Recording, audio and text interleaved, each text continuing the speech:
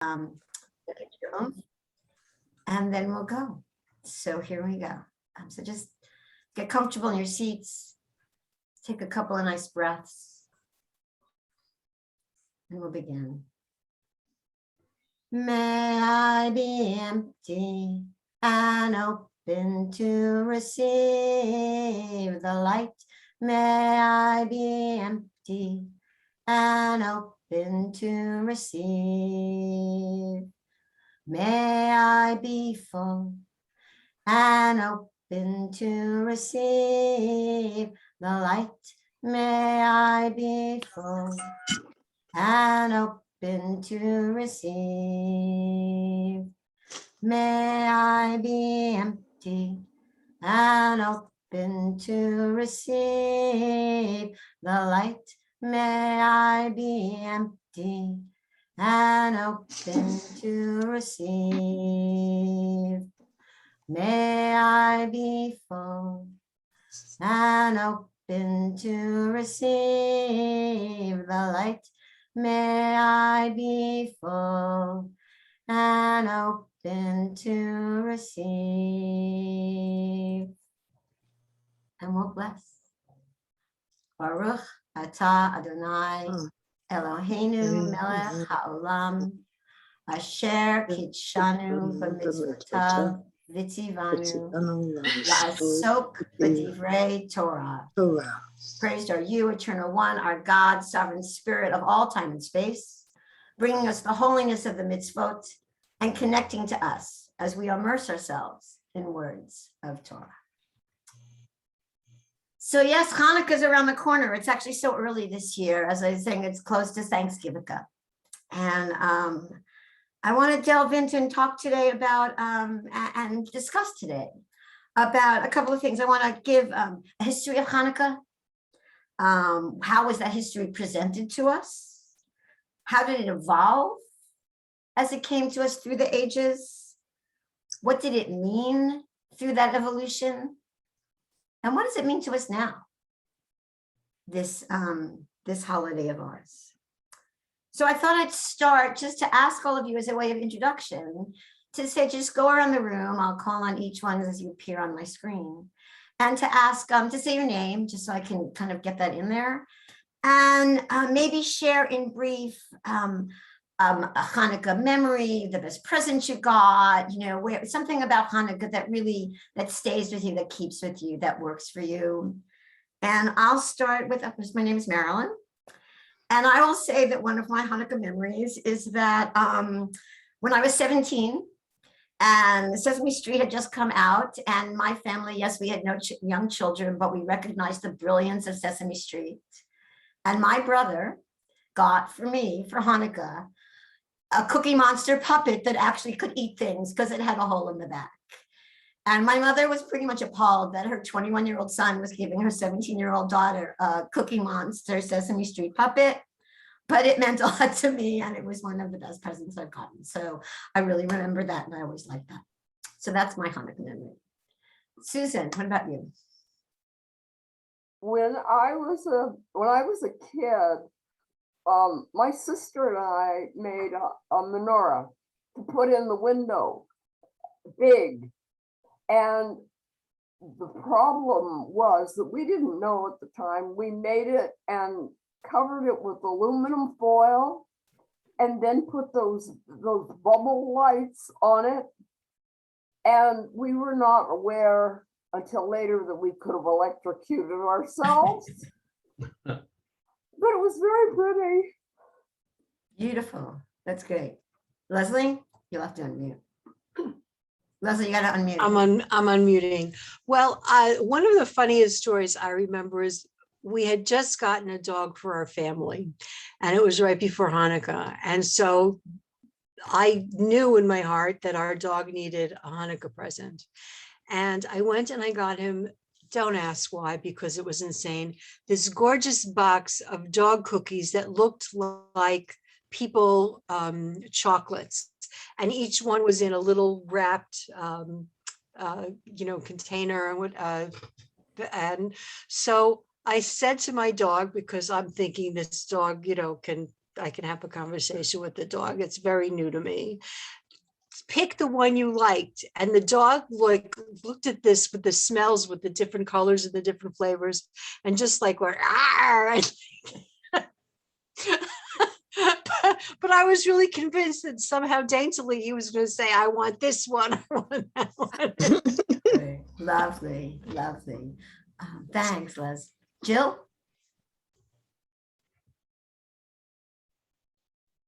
You're muted, Jill. Yeah, right, I know. I don't have any super particular memory like Susan and Leslie just stated. I guess my memory and what's important to me is just lighting the menorah with my kids. And early on, whenever Hanukkah occurs close to Christmas, having a talk about this is their holiday, we have our holiday, and once again going over the history of it. And I have to say my kids never made a big deal about wanting Christmas instead of Hanukkah. So I felt like whatever we were creating in our home was special enough, along with maybe helped by potato latkes and whatever else the meal was. But it's a feel good, positive, no guilt holiday, which is really nice. Beautiful. That's great. Gary and Linda. Well, a couple things come to mind. At work, the larger community saw nothing about spending $30,000 to $50,000 on a Christmas tree that they installed every year downstairs. So some of the Jewish employees got together and we got one of the menorahs. And so we were lighting them on the singing songs on the second floor next to, but not directly with the large Christmas tree, but that was kind of our answer. Linda? I think as a child, it wasn't so much the presents or there was any or anything like that I remember, but I remember always lighting candles, and my mother and I would be always making the latkes. And it was like one of those few times during the year that my older brother sort of condescended to playing dreidel with me. And I think I still have this little yellow, dreidel that we always used to play with. So that was fun. And as our kids were growing up, it got to be a challenge sometimes because they would go to school and other kids were talking about these mega gifts that they were getting. So there was, and we gave, one special gift probably the first night or something like that. And then the other nights, it was, there'd be like a theme, sort of like there'd be, like the Play-Doh night or the little tchotchke, whatever it was, like, those kinds of little things. So there'd be so there'd be something for 8 nights, it'd be little things. So that was, but it wasn't all about the gifts, I hope. Thanks. That's great. Bridget. Well, I converted when I was about 28 when I got married. So I always enjoyed going to celebrations at my husband's families, and they had like 5 menorahs, and sometimes they had a Hanukkah tree, and we had a very good time. And my family's had a cookie bake ever since I was a kid. So my niece gave me this Hanukkah shirt. So it's supposed to be an ugly Hanukkah sweater so that she didn't want me to feel left out. So Very lovely. Very lovely. Sheila. Well, I remember my grandfather would come over and he'd give us a couple pennies or something, and he'd give us, what was made in those days, I think, out of tin or something else. It wasn't, a big menorah. I mean, a dreidel, and we would play with it, and we'd all sit on the floor and, have a good time. And my mother made so many latkes. Good. I actually just saw an article come across my desktop today of like how to get the Hanukkah, the oil smell out of your house. I think it's on My Jewish Learning. So if anyone needs that, there that goes. Lovely. Dennis.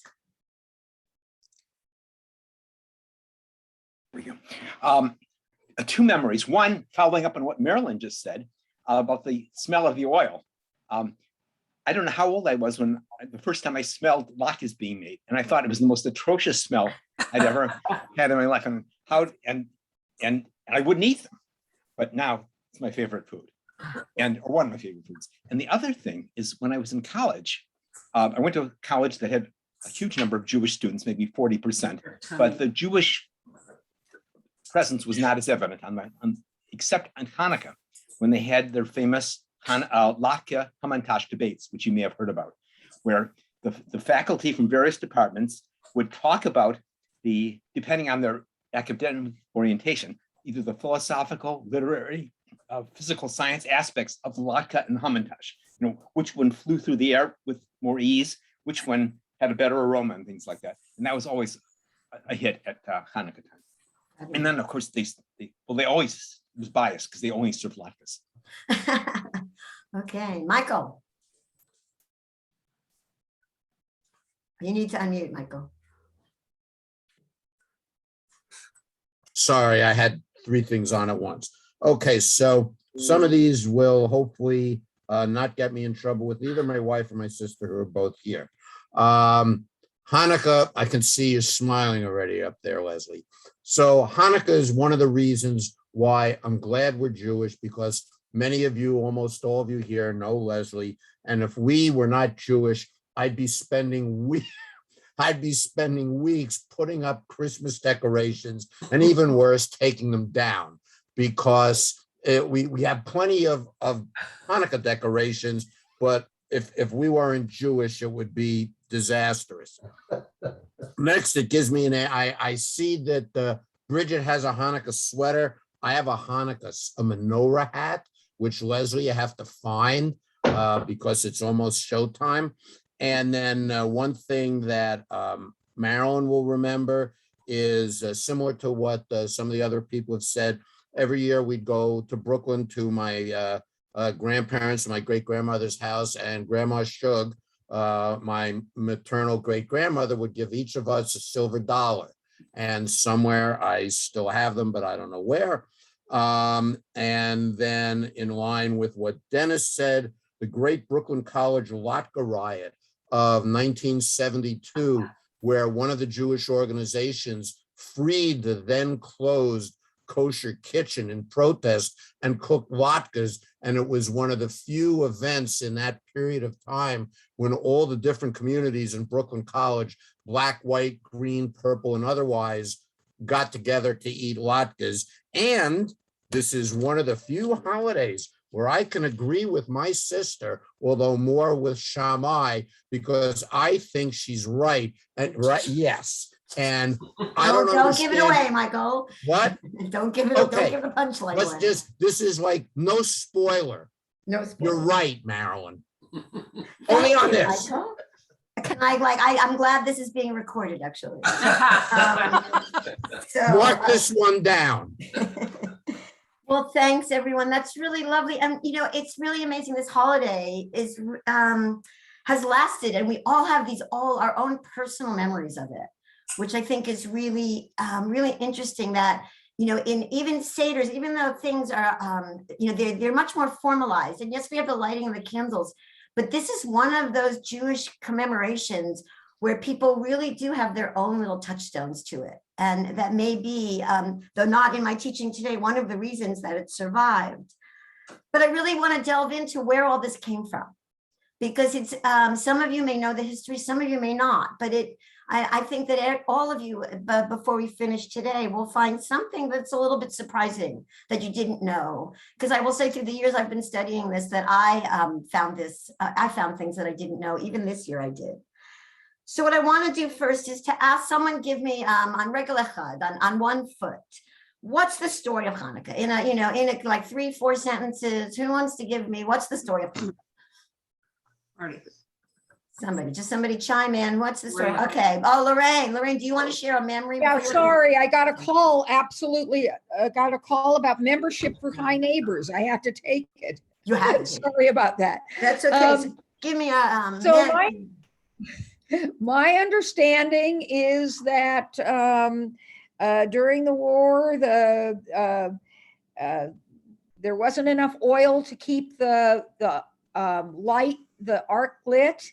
And there was only enough oil for one night. And so a courier was sent out to go get more oil, and it took him 8 days to get back. And the miracle was that the little bit of oil lasted 8 days.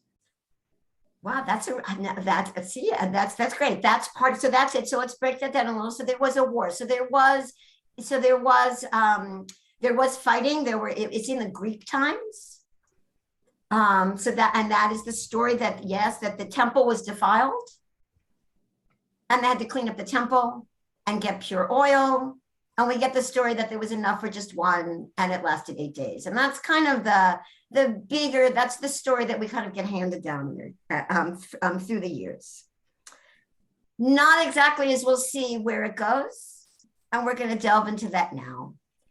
And what I want to start with is the context of the times of when this is happening.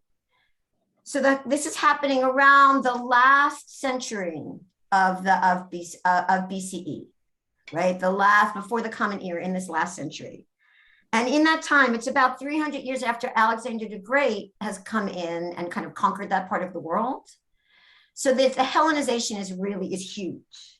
And it's a time not only where the Greeks are in power and take over, but there's a lot of assimilation on a culturalization in all of this, in all the lands for all those people. And the Jews are actually no exception. So one thing that I don't think that I ever got as a kid that we get now, that in this time, it's a lot of times that may sound familiar to us as we go through the years and as we think about now, where there was a larger culture and there were gymnasiums and there were schools and things were open. And a lot of people, especially people in the major cities, wanted to be part of that culture, wanted to be in that Hellenization, wanted to be in that place. Didn't necessarily think they had to give up their religion. Some of it got folded into it. But there really was a time of assimilation and conversions in food. People were changing their names, right? Judah became Jason. Right? They took on, the culture was there. People wanting to belong, maybe not wanting to be different. For the most part, the people in the farms, in the fields, in the outskirts, they were able to stay more. They were not as affected by the Hellenization and were really more important in keeping their Jewish life separate. And that's the place where the Maccabees, where the Hasmoneans come from. They were priests. They were country priests.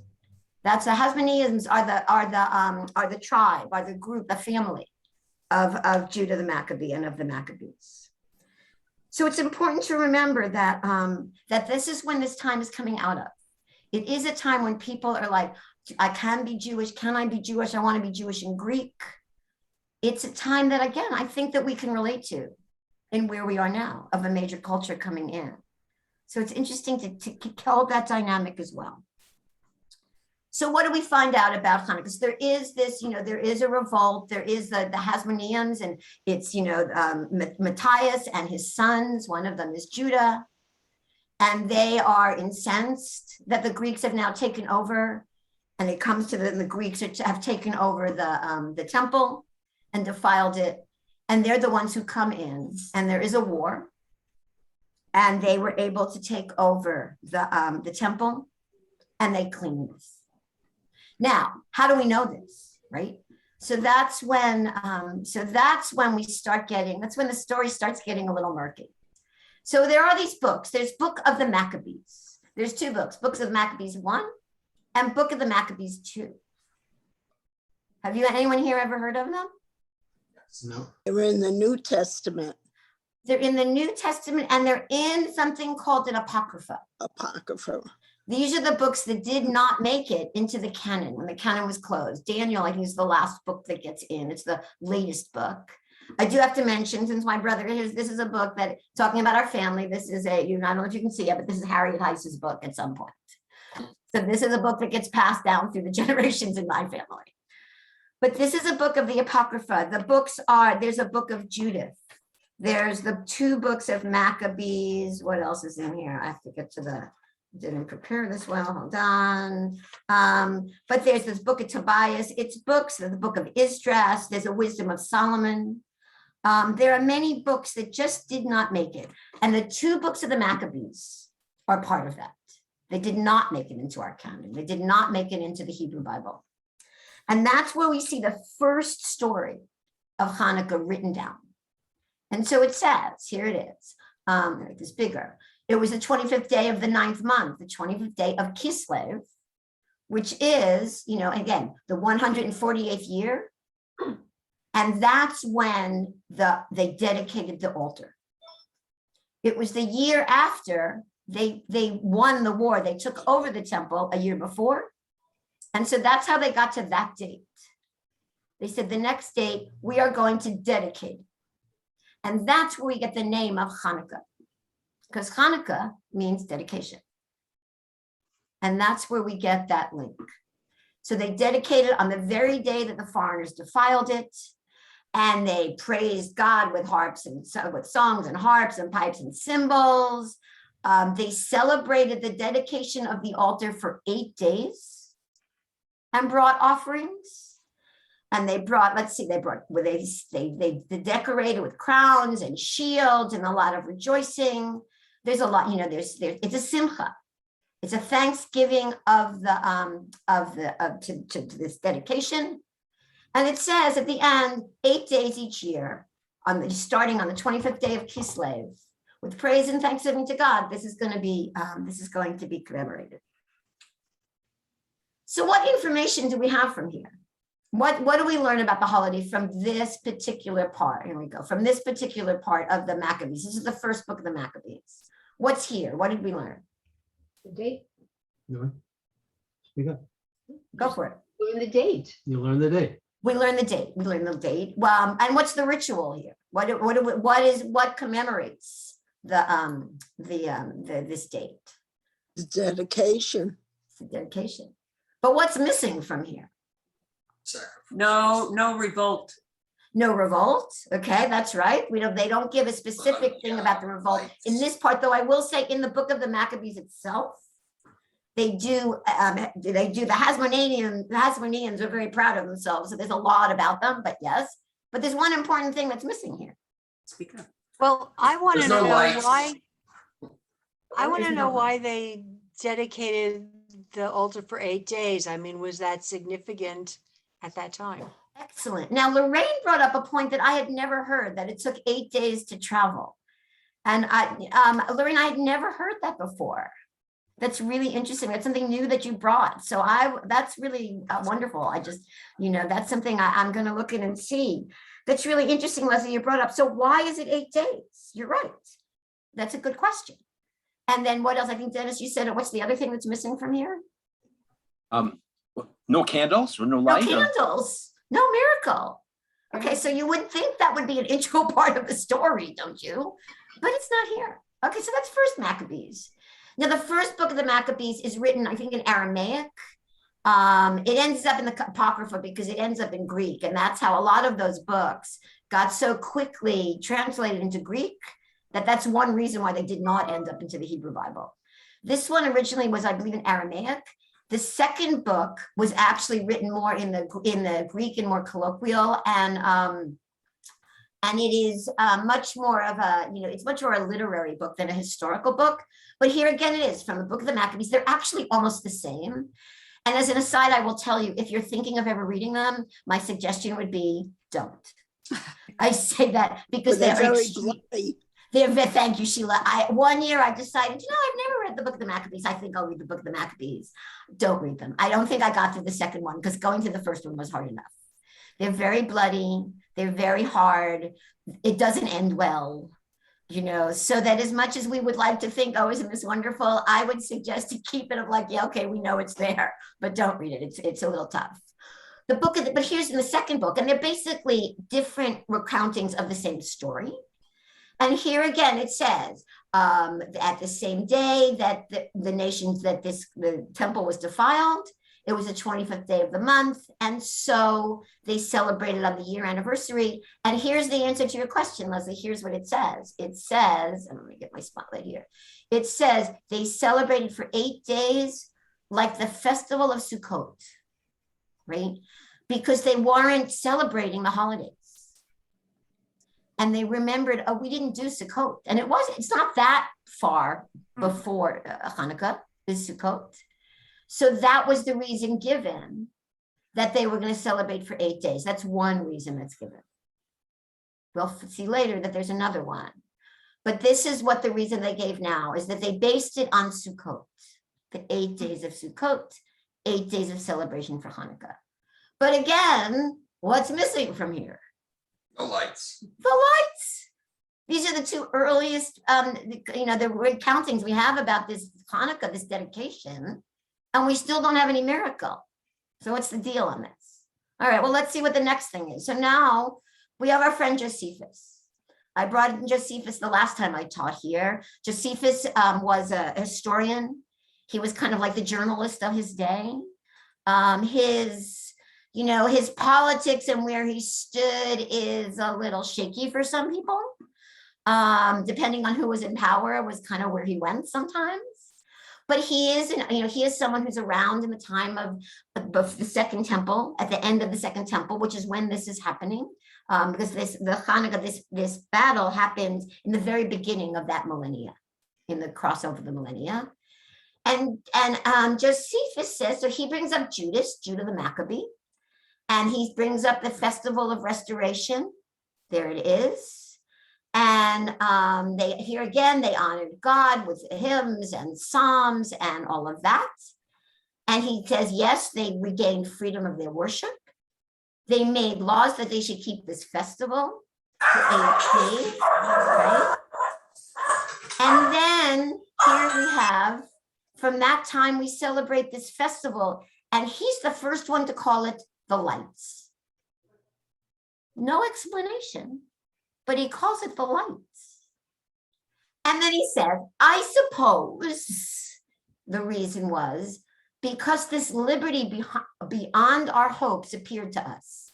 And thence the name was given to that festival. So here we get somebody calling it the lights. But it has it's because it's a festival of light because there was more freedom. Again, so we're getting these eyewitness and we're getting these early accounts, and there's no mention of a miracle. Something to take in. So where did it come from? The Talmud. Well, good. It is in the Talmud, but where does the Talmud get it from? Here's where the Talmud evidently gets it from. And this is why I love teaching, because I learn so much when I teach. Because you're right, Sheila. I was like, okay, it's in the Talmud. I don't know where they got it. There's a book called Megillat Tanit. It's written about in the end of the Second Temple time, so about the 1st century CE. And what it was is this list of lots of commemorations of happy days where there's joy. And evidently there was one, if you look at it, you can actually find it on Sepharia. If you look in Sepharia, if you look in the section that says the Second Temple writings, you'll find this. And for each month, they have a list of all these happy days. And for Kislev, they do have another one, but here's the one they have, and one that they have for the month of Kislev. So they say, here we go, they say that, hold on, that on the 25th of the month, it's Hanukkah. And it's 8 days where one does not eulogize, which is one is happy, it's a happy time. Why? And here's what we get, because when the Greeks entered the temple, they defiled all the oil there. And then when the Hasmoneans came in and they defeated the Greeks, They found only one jar of oil sealed with the mark of the high priest.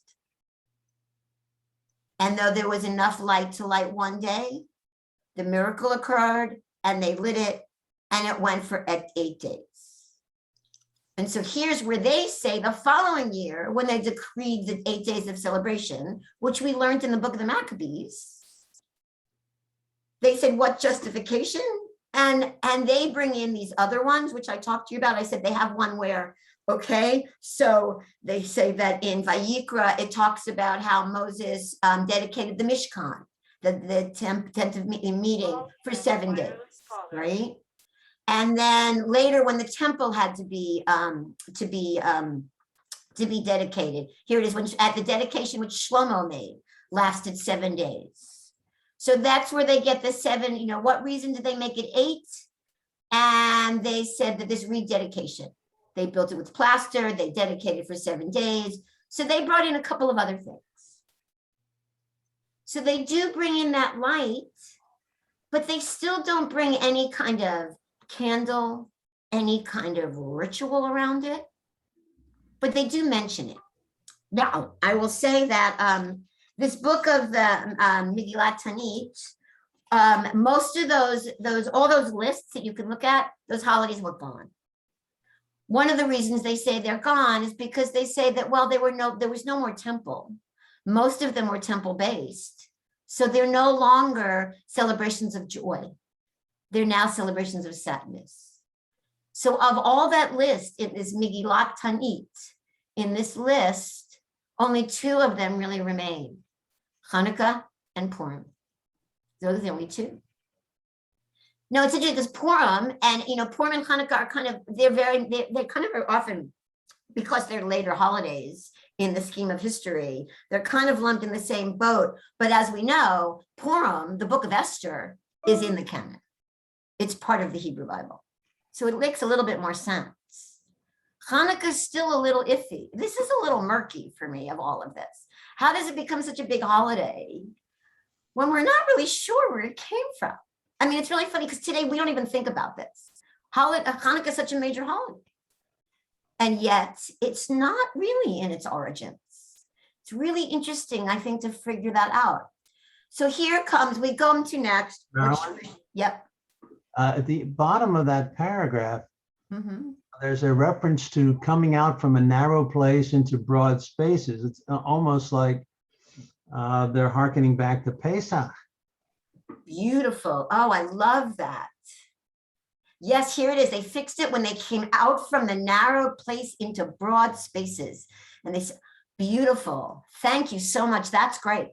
Right? So we're already, again, these holidays. And one thing I want you to keep in mind as well as we go through, that as all commemorations go through the centuries and millennia at this point, things get added and taken away, and we bring to them and we move and they evolve. And there's a push-pull in that. That's one way they stay alive. They stay present. And yet, does it take it away and narrow and water it down as well and make something of it that it's not? Those are 2 poles. I think we will find that in everything we do. It's something to keep in mind. But yes, that's definitely an echo of coming from Mitzrayim, because it's from narrow place. It gives us Mitzrayim. The name for Egypt is narrow place, right? So yes, so it definitely fits into where that goes. So that gives kind of almost, I want to say thank you, because that gives impetus to this, that this would bring it more importance. So now we come to the Talmud. I will say beforehand, in the Mishnah, which is the earlier part of the Talmud is made of the Mishnah, which is around 200 to 400, CE, and the Talmud is later than that, whether it's the Babylonian or the Yerushalayim, the Jerusalem one. And the Mishnah, which is the early rabbis refiguring Judaism to work for a religion that's temple-based, and we no longer have a temple and we no longer have a land, they barely mention Hanukkah. They have one little thing somewhere I was studying with someone yesterday, my Mishnah Chavruta, and we just went to look, and there was just one kind of like mention in there, but they don't talk really about Hanukkah at all. But the rabbis of the Gemara of the Talmud do. And where they do is in the midst of, you see it's Shabbat 21b. It's in the midst of right in the middle of this whole discussion about what does it mean to light the Shabbos candles. That's where this occurs. It does, you would think, like if you look, let me see if I can do this fairly quickly. If you look at, I'll go to Sepharia for a second. If you look in Sepharia, if you look at the Talmud, right? And if you look at, there's a whole order, the Talmud is in orders and then in books. And if you look in the Talmud, in the order of Seder Moed, which is the holidays, here are all these holidays that are listed. You got Megillah, right? You've got all these, the sacrifice of Megillah, the whole thing, Yoma, you got Pesach, no Hanukkah. You got Sukkot, right? And again, you even have like Yom Purim, the Megillah. You have a whole one on Purim. Nothing for Hanukkah. So the rabbis of the Talmud, they put it in the midst of the Shabbat candles. And I will say now, in just even though they're all, you'll see a bunch of sources that are going to be listed as Shabbat 21b. I've taken them a little bit out of order to make the teaching work, but it is definitely in the middle of it. And so the Gemara asks, Me Hanukkah, what's Hanukkah? Why? Why do we light candles on Hanukkah? So here's the Gemara, and the Gemara, right? The Gemara references this Megillat Tanit right here. So they take right what we saw. It's like a direct lift here. On the 25th day of Kislev, the days of Hanukkah are 8. You don't eulogize them. You make a fast on them. Why? When the Greeks entered the sanctuary, they defiled the oils that were in the sanctuary. And so the Hasmonean monarchy came and emerged victorious, and they searched and they only found 1 cruse of oil. And there was sufficient there to light for just 1 day. And a miracle occurred. Here's our miracle. Finally, we get our miracle, right? The miracle occurred. They lit the candelabrum and it went for 8 days. And what they add here next year, when the sages instituted those days and made the holidays. So when we were talking earlier, even in the Maccabee part of it, and even in here, they talk about song, right? They talk about, here it is, they talk about songs and harps and pipes and cymbals. What does that come to now? What did the rabbis do for this? They say, okay, so you're going to recitation of Hallel. And I will tell you that on Hanukkah, every day of Hanukkah in the Shacharit service, we say full Hallel.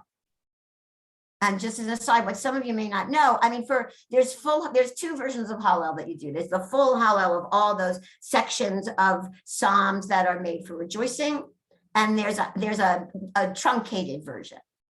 And you do the full Hallel you do it on Sukkot on the first on all of Sukkot, I think, and you do it on the first days of Pesach, and we do them on all the holidays, but on Rosh Chodesh and on Hol HaMoed, on those interior days of Pesach, we do a truncated version. We do a smaller version of Hallel. As one who goes to morning minyan, we're always we like Hallel, but it's kind of nice to have a smaller version of it sometimes in the mornings. But it also, on the other hand, is very lovely to be able to have, start your mornings in this time with Hallel. It's a great way to start your day. I highly recommend it. But that's what they did. That's where they brought in Hallel. And again, we do a full Hallel every morning during Passover, during Hanukkah. So that is one of the Hanukkah things that we do. And the rabbis added that in as we Thanksgiving in prayer. And Marilyn, so that's in, yeah. Marilyn, what about Musaf? We don't do Musaf on Hanukkah. Even though it says that's why they came to the temple to sacrifice. Yeah, we don't do it. So that's a great question. We do Musaf, for those of you who don't know, we do Musaf on Rosh Chodesh. We do Musaf on the Hol HaMoed days. We do not do a Musaf on, except for Shabbat, obviously, on Hanukkah. We just do, but we do Hallel. So it's one of those things. And there's actually extra laws. I mean, what the rabbis do is they really concentrate. That's an interesting question, actually, because they don't even concentrate too much on the prayer. They do talk about the blessings. And they do mention this Hallel, and we do add, there's a Hanukkah Bayit the David, there's a psalm that we actually say every morning that also is the Hanukkah psalm for that day. Part of the Amidah. Yeah. No, it's actually the Oh, after, Hanukkah but there's one. also an extra paragraph in the Amidah. Yes, there's extra, and there is an extra paragraph in the Amidah, absolutely, which covers Purim as well. Yeah. So yes, we do add that. That's the historical part. So there is an extra paragraph in the Amidah. Thank you. And there, and there's an extra psalm that we say, and we do Hallel. And and there's also a whole law of when you come to the synagogue in the morning, you actually light a candle, but you don't light it with the shamas. Again, we could do a whole 3 sessions on what the Talmud has to say about the lighting of the candles. It's really, really extensive. But here I want to bring up, this is where they bring in the miracle, right? So there is that. Now the rabbis really, they really emphasize the lighting of the candles and the miracle. That's the part of the Hanukkah story, because this whole thing about how they entered the sanctuary and defiled all the oils that were in the sanctuary by touching them, that's basically all we get about the history in the Talmud. They concentrate on what it is to light the candles, and how do you light the candles, and when do you light the candles, and what's the laws around lighting the candles, and where all that goes, and who can light the candles. Why do you think that is? Why do you think they don't talk so much about the history of it? It's a big deal. It's another one of those, they tried to get rid of us, we're still here, let's eat kind of holidays, right? Marilyn? Yeah. I had a question that may be relevant. This came up in our Hebrew class the other day. We were studying the blessings for lighting candles at Hanukkah and Shabbat and so on. And the question came up about, historically, what is the first holiday where we lit candles as a Jewish people? I don't know if it's relevant to this or not. No, well, it's interesting. Again, my first reaction, and again, I have said before, I am no Talmud scholar. I am a Torah person. Ask me Torah, and I'm there. Talmud, and I'm working on Mishnah, so I'll get to Talmud. But what I would say is all of this goes back to the temple and goes back to the candelabra, which is also in fact, here's what I'll tell you. If you, and I am ready for this in a different way. Nearby the laws of where it is, there's another miracle of lights in the Talmud. Because in the midst of this, you can see it's 22b. So we're still kind of in lighting things. There is, and you'll see here that when they lit the candelabra in the temple, the one that was the one day, the 7th light, because it's 7, not 8, right? It lasted for 2 days. They didn't light on Shabbos. So it says the most westernmost lamp would continue burning throughout the day when all the others were extinguished. And this is in 22b, and that what we just read is in 21b. So this is a miracle of lights I had never heard of before. Oh, I don't interpret that as a miracle that it lasted 2 days. I think that they used oil. They just added twice as much oil. It says in which the measure of oil placed was the same measure of oil as the other lamps.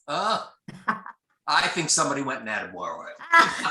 You think someone snuck in? Yeah. I like that. You know something? And what's your name? I didn't get your name. Marty.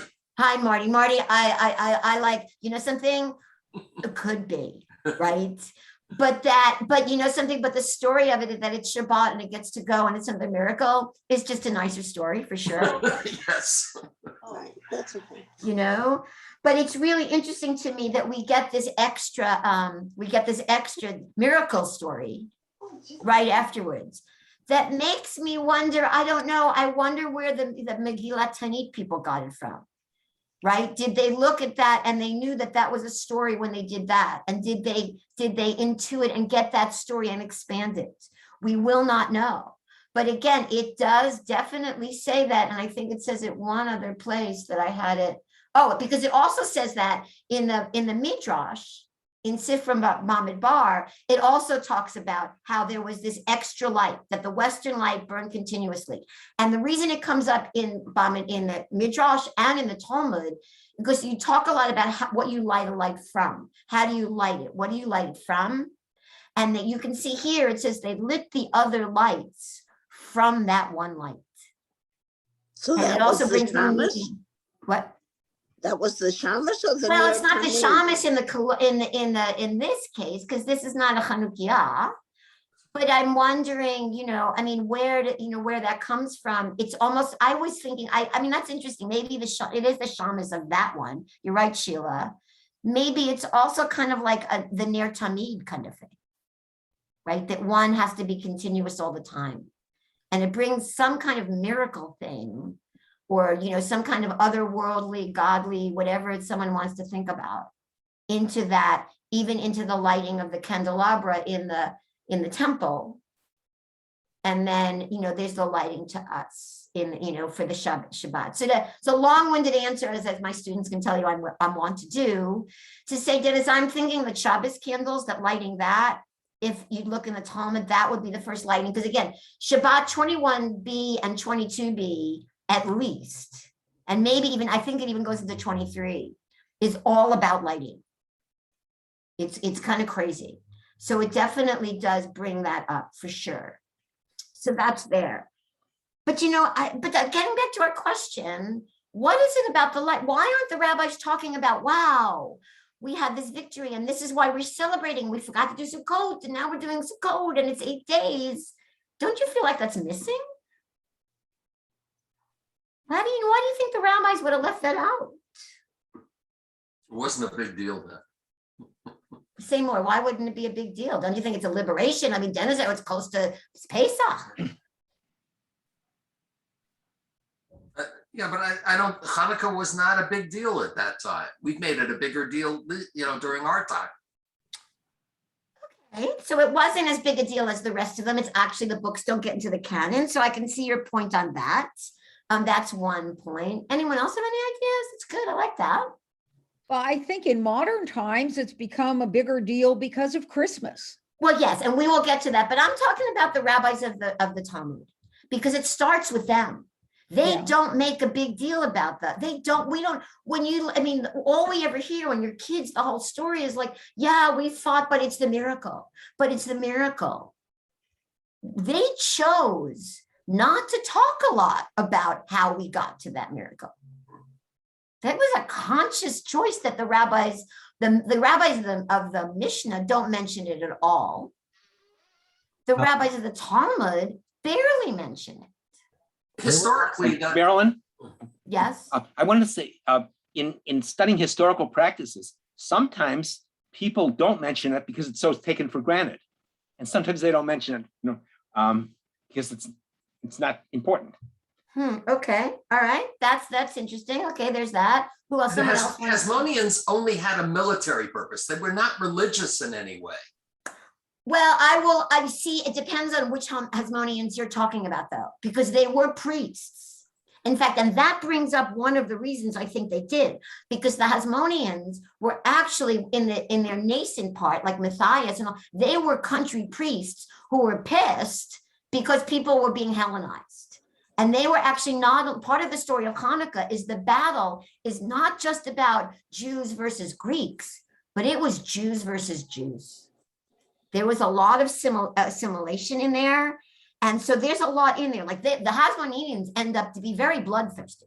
They're almost like Pinchas in the Bible. They actually slaughtered Jews who did not follow the laws of those days. Because They were didn't very bloodthirsty. Matisyahu kill the person that was making a sacrifice?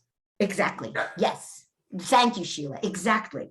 So that's one reason. The rabbis who are like trying to deal with creating this religion, and all of a sudden the priests. The other thing I'll say is that the priests, actually, the Hasmoneans, ended up in their history making themselves kings. And in Jewish law, the priests and the kings are two separate things. You do not cross them.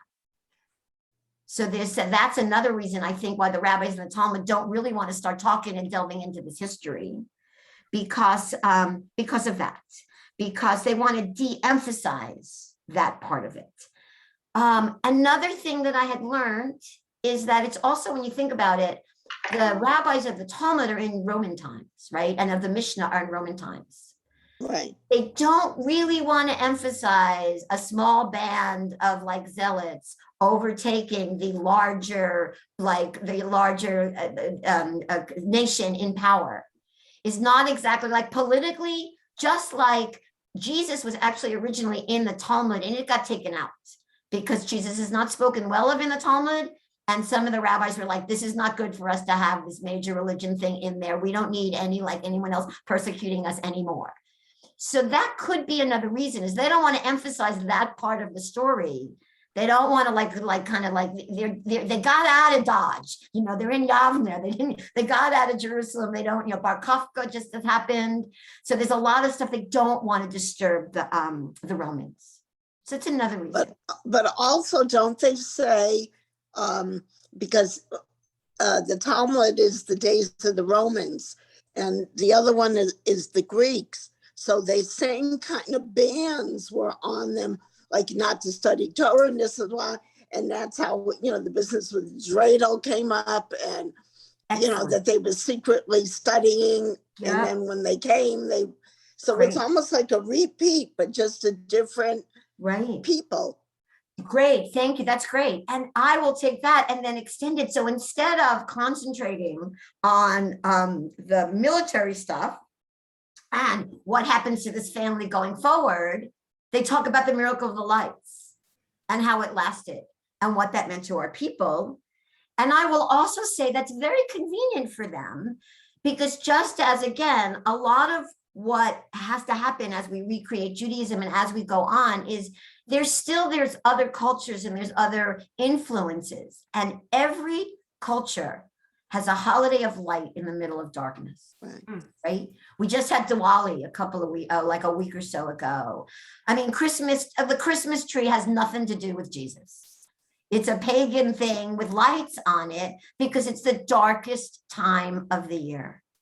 We have lights because it's the darkest time of the year. And I'm sure that there were ceremonies that went on about dealing with bringing light to the darkest part of the year. And this conveniently works for ours. Well, we, in my family, like every night was about the same, but we had a big deal we had more company on the 5th night because that was Rosh Chodesh. 6th night, yes. Yeah, and yes. And I guess that was something my family did in Europe, and they continued it here in America. Well, and here's one fun fact that I really love, and I actually checked this year, and this year is one of those years where it just makes it by like a day or two. The 6th night of Hanukkah that Sheila's talking about, that is always Rosh Chodesh, right? It's always the new month. It is not the longest night of the year, but it is the darkest night of the year because it is the new moon closest to the solstice. So it is indeed. And again, this year, and I went and checked to see if that still works, and it makes it by like a day this year because our calendar is so early. So that the 6th night of Hanukkah is the darkest night of the year. And we are lighting candles. And I want you to hold that as well, because I want you to hold that, again, so it's also the rabbis made it all about the light and not so much about what, about the political and about the military and about, they gave us this light. And I will say, I heard Sharon Brous did a teaching last year on Hanukkah, where she also talked about how smart this was, because the rabbis also maybe knew that bringing the story of the miracle of the lights and that ritual forward is something that is more likely to last and have more meaning through the generations than a military victory, which is extremely problematic when you start going into it. So I feel, I talked last time, I feel very close to the rabbis of the Mishnah. I just love them because I love that they reinvented and they made this miracle. I mean, somebody said, I read somewhere that, I mean, if Hellenization was allowed to just continue without any of this, without the war and with any of this, we again, as Jews, may not exist. Once the temple went down and half the people would have been assimilated, and where it goes, where are we? So we had these rabbis who were reinventing this religion so that we can still practice it, honoring the traditions and the history of old, but bringing in things that they feel will, that in their minds, and this is why they're the sages, can move it all ahead. So I want us to hold that of what the light means too. It means a lot of survival for us in so many ways. And what better thing to symbolize survival than to make a light. So having said all that, let's turn to what is it to light these lights? Where is this? And we're start getting into what Michael was talking about with me. And I am wearing, I will say, you can see it here, I have my Shammai shirt. Beit Shammai and Beit Hillel were two houses. I'm sure we've heard of Hillel, the famous Hillel, who said, when the guy said, teach me all of Torah while standing on one foot. And while Shammai shoot him away and said, you're a potato head, Hillel said, don't do to others what you don't want done to yourself. The rest is commentary, go study. Right. And even though it says that Hillel and Shammai kind of had to agree, they also, when they were trying to figure things out, most things went Hillel's way. And as much as I understand that, I will say I will say very honestly, a lot of things I end up being a Shammaiite, and the Hanukkah candles is one of them. But let's go back. Let's see what the rabbis of the Talmud in the Talmud talk about lighting the lights. So here's the first thing I want to bring up, which is fascinating to me. So the rabbis taught, this is in the Talmud in Shabbat 21b, the basic mitzvah of Hanukkah is each day to have a light kindled by a person, the head of the household, for himself and his household. So the basic mitzvah is just light one light each day, just light one. That's where we start. Now, the Mehadrin, the ones who are again, more meticulous, they're gonna light for each person in the household. Still one, but they'll light for each one in the household. And the Mahadrin, who are even more meticulous, right? They are the ones who adjust the lights daily. And what Sharon Brous also taught last year, which just blew my mind, is so I want you to realize that in our culture and how we do it, no matter how from or secular you are, when it comes to Jews lighting the Hanukkah and lighting the lights, we are all Mahadrin min Mahadrin. We are all, it doesn't matter. It's a great equalizer. Because we all now light the adjustment of lights daily. And many of us, as you all have talked about, each one light for their Hanukkah. In my family, for Michael and I, there were four of us because it's Michael and I and my parents. Our tradition was, we did close to that. We would like my father would get the first night. My mother and my father would do the second. Michael's older, so he would get the third. I'm always like, really, can we get to the fourth? Because I had to wait to the fourth night to even light a damn candle. And then we would then my father would light two. And we would do it that way. And that's how we divided it up.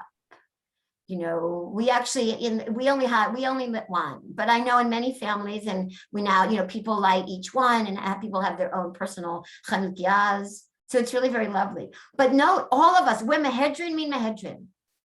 And I love that. I love that.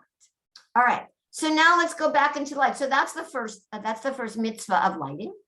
So here we come to Beit Shammai and Beit Hillel, who disagree as to the nature of the adjustment that they just talked about. Beit Shammai says, on the first one, you light 8 lights, and you gradually decrease until on the last day you light 1.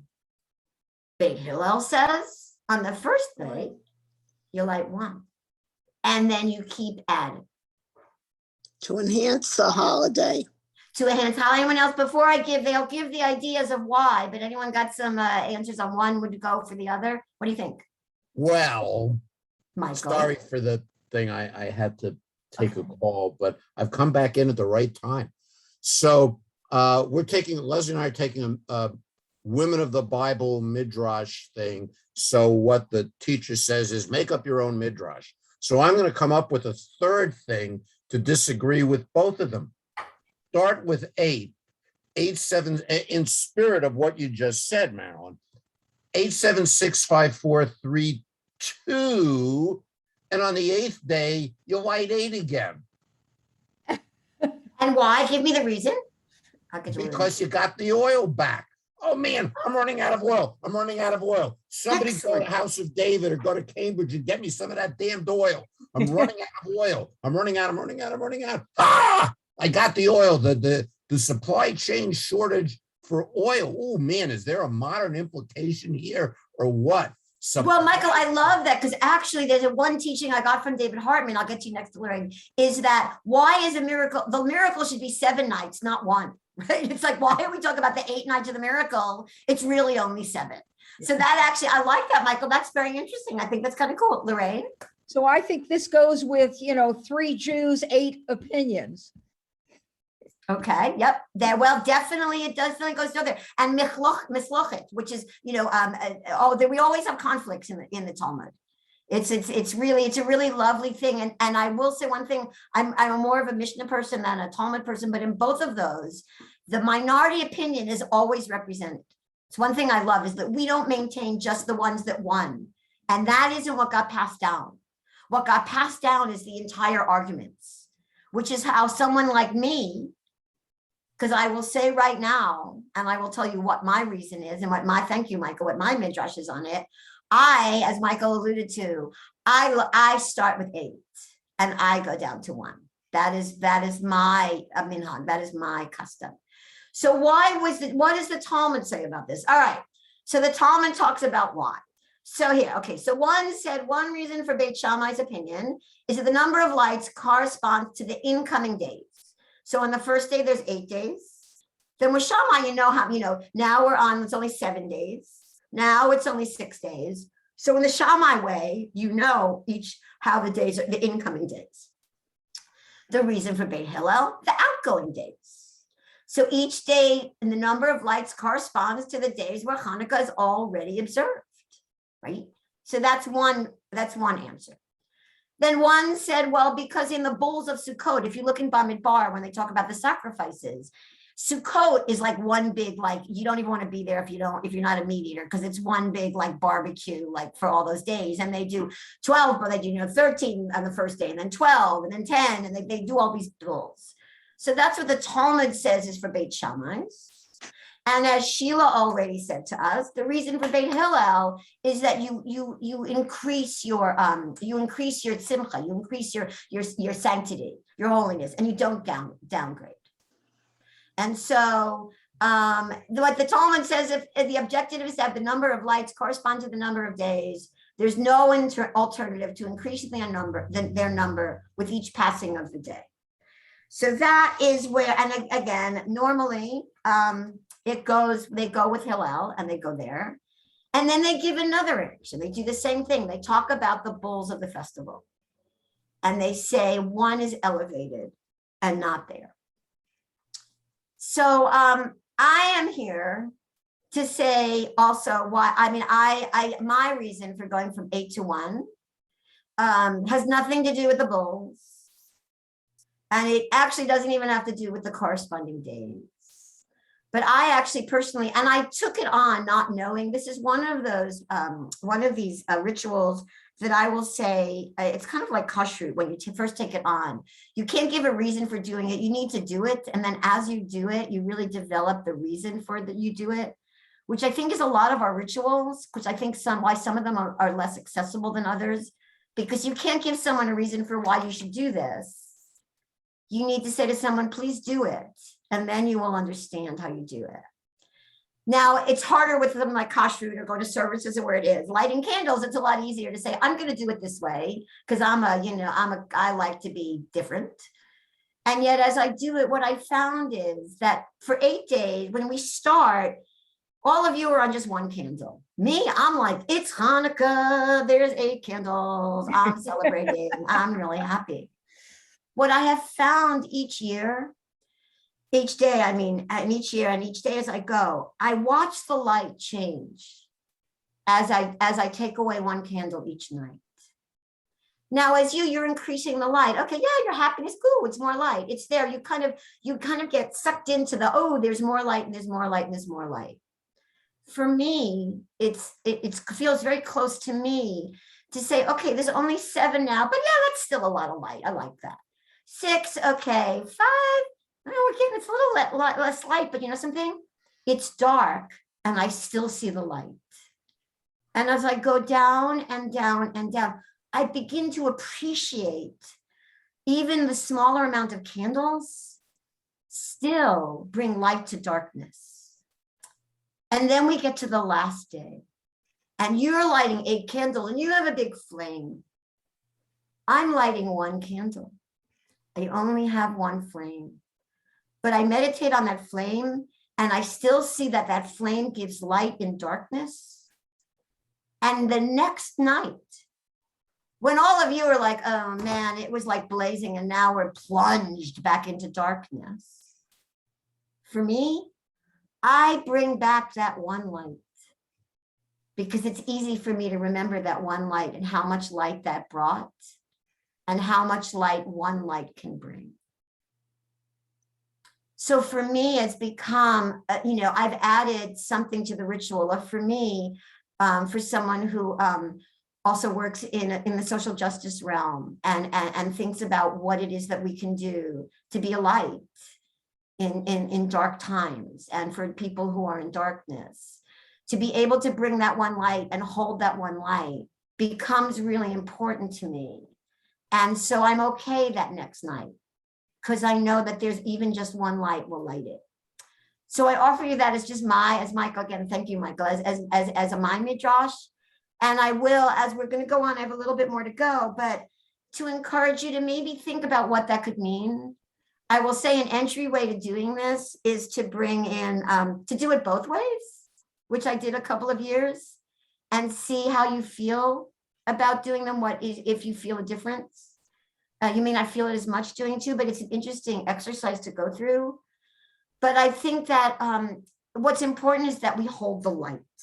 The light is what it is. It's there. Now, so one other important mitzvah and aspect to this is that's again in the Talmud, is that the sages teach that it's a mitzvah to place the lamp to the entrance of one house or in a window. It's important that it is seen. And I will say they go into the minutia about how high it could be and where you can put it and where you can't put it. I mean, it's the rabbis of the Talmud, they're obsessed. But what's important is that it needs to be seen. Anyone have any thoughts about why they would add that? Why is that important? Want to venture a guess? I will tell you that maybe it ends up, parts of it is about identity, to honor the part that this story started of assimilation and where it came out of. And this is a ritual that really gives us our identity and lets us say we're here. I don't know if I mentioned last time, since the murders at Pittsburgh 3 years ago, that's when I took on wearing a kippah outside in the world all the time. And part of it is because of the world that I commute in. I felt it was important.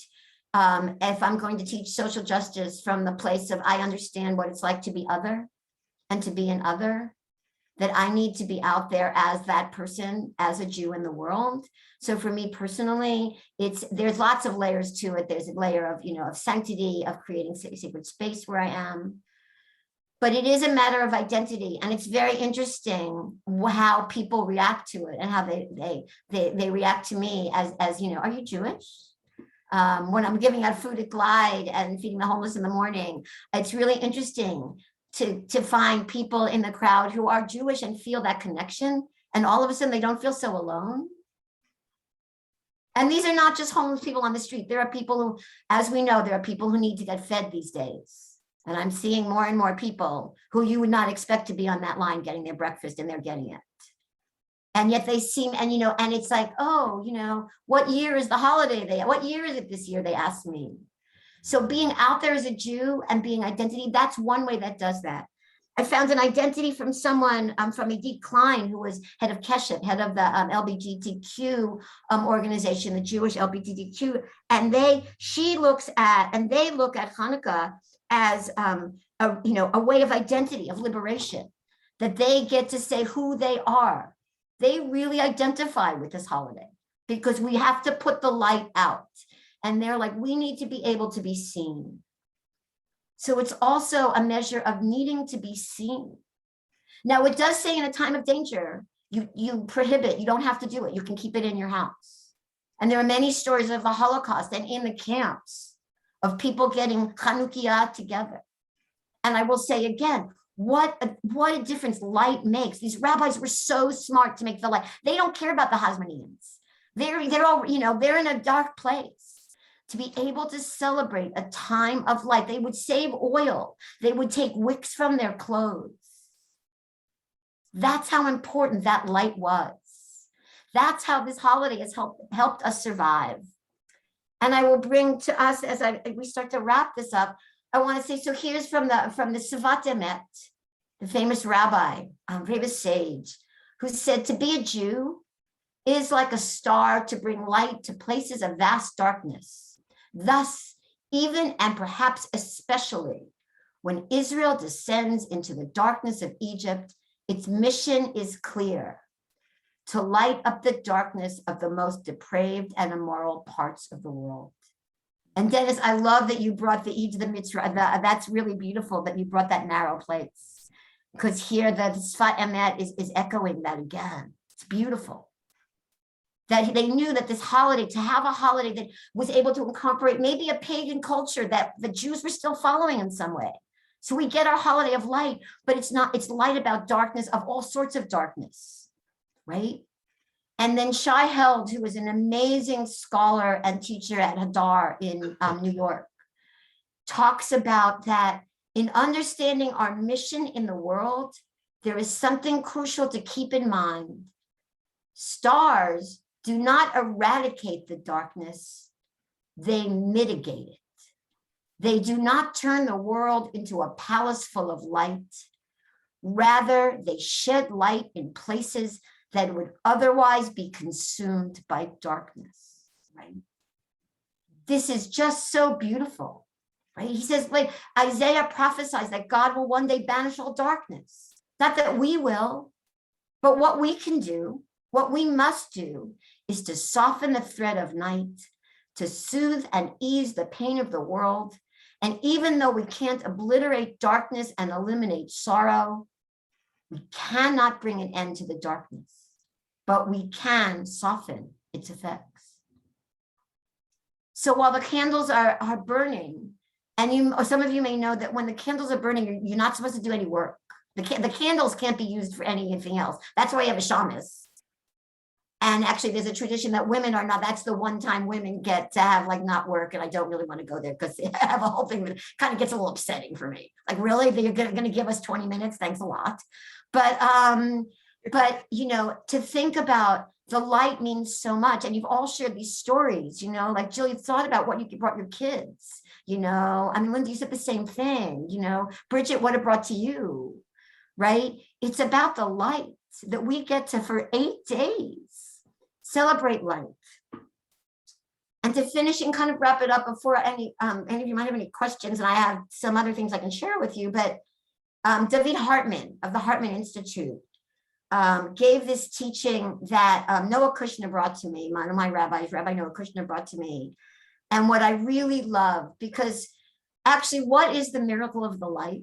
What is that miracle? I mentioned earlier that David Hartman also says, what is it? It should be it's 7 days of miracle. It's not 8, right?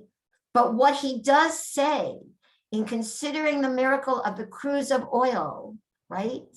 And here's where he says it. Why 8 days rather for 7 days? Because it's really 7 days of burning, right? So why isn't it 7 days? Why is it 8? And we have this Sukkot thing, right? We could say that, right? But what he says is, what strikes me as being the miraculous feature of the initial day was the community's willingness to light the lamp in spite of the fact that its anticipated period of burning was short-lived. The fact that they lit it at all is the miracle, right? The miracle of the first day was expressed in the community's willingness to light a small cruse of oil without reasonable assurance that their efforts would be sufficient to complete the rededication of the temple. Hanukkah celebrates the miracle expressed by those who lit the lamp, and not only the miracle of the lamp's continued burning for 8 days. I find that just stunning to me. That the miracle is that we lit it at all, that they lit it at all. It's just so beautiful that what it says for what we can do and how we do is just really, really beautiful. So that's the lights. Thank you. Any questions, anything else before we go? I just, Well, it's really interesting because my thoughts are now, how do I consciously choose how to light my candles? And my solution is, well, maybe I need to have at least 2 Hanukkah and one light one way, Because we don't have one enough. light the other way. Up So and going down. Leslie, that can be like, we could have that, Lorraine. And if you use Michael's theory of going down to 2 and then doing 8, you need an extra box of candles because there won't be enough candles in that box to do it that way. That's not something that's promoted by either Hillel or Shammai. You're absolutely right, Lorraine, and that's what I was thinking. And it's a plot by Big Candle. Right. And that's the reason. But yeah, come on, Leslie, you've got a good idea. We're going to do it 3 ways: Hillel's, Shammai's way, and my way. You better load up on a lot of candles. I mean, what I can say for all of you also is, and I can put this in the chat if you want, and you can, hold on, let me stop my share for a second because it's the easiest way I can do this. There's lots of ways, obviously, or you can all Google, but this is a really nice, Or Sameach has a really nice listing of all, if you want to see what all the laws of, like the minutia of the laws of Hanukkah, they are all listed here. So this is a really, a lovely. So how did we get, I could see potato latkes, but sufgan yod, how did we get to? Because it's oil, it's all fried in oil. Well, I get that, but the latkes to me make sense because it's potatoes and oil. But I know, but that's Ashkenaz with the jelly inside. I don't know. No, but donuts are fried, and I have to say, Les, you're being Ashken normative, which is a great term if any of you haven't heard it. But it's like everything Jewish is Ashkenazic, and so that we do potato latkes because we're Ashkenazic and we eat a lot of potatoes. So I'm sure if you Googled, you'd find what different cultures. I will ask my friend Tarlin, who actually used to work at Temple Beth Hillel many years ago. She's Persian, and I wonder what foods they did. I have one gift that I would like to give you all. If anyone doesn't have any comments. When I started the session, I chanted something that I learned from a amazing new liturgist and singer-songwriter, Batya Levine. I will tell you all, there's amazing new liturgy going out in the Jewish world. That's just fabulous. And if you sign into like Hadar Rising Song Records, there's just amazing liturgy. But I really would like to share with you, just because it doesn't have to do with light, but it has to do with just, this holiday is hope. And it's song, and it's wonderful things. So just to end up and give a finishing to our session today, I just want to share with you and give you this gift of this amazing song called "We Rise" by Batya Levine. We rise, somebody hiding rise, won't be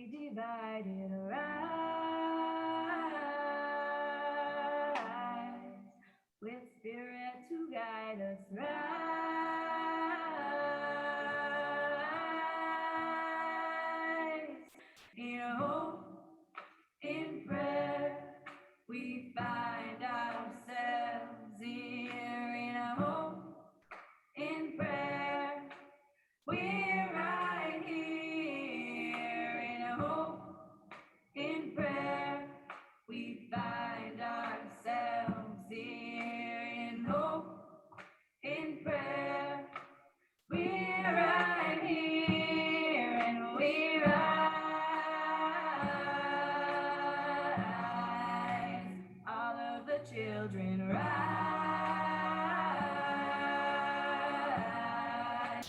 Elders with wisdom rise. Ancestors surround us rise.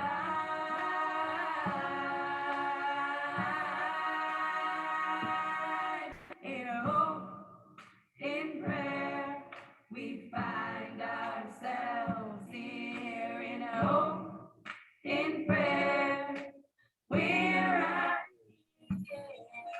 In hope, in prayer, we find ourselves here. In hope, in prayer, we're out here. We're out. Up from the river, with tears and with glory,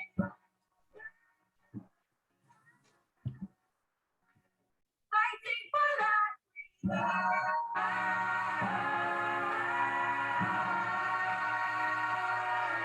In hope, in prayer, we find ourselves here. In hope, in prayer, we're right here. In hope, in prayer, we find ourselves here. In hope, in prayer, we're right here and we rise, humbly hearted rise, won't be divided rise, with spirit to guide us rise.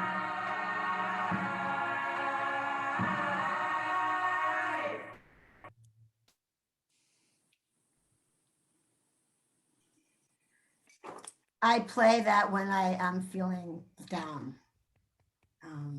Hey, Marilyn, who's on your shirt? Shammai. Do you Shammai. get one that has Shammai on one side and Hillel on the back, and you can turn it No, I around? didn't do that, Michael. If anyone wants to download what that is, I put that, you know, I put the YouTube link to that.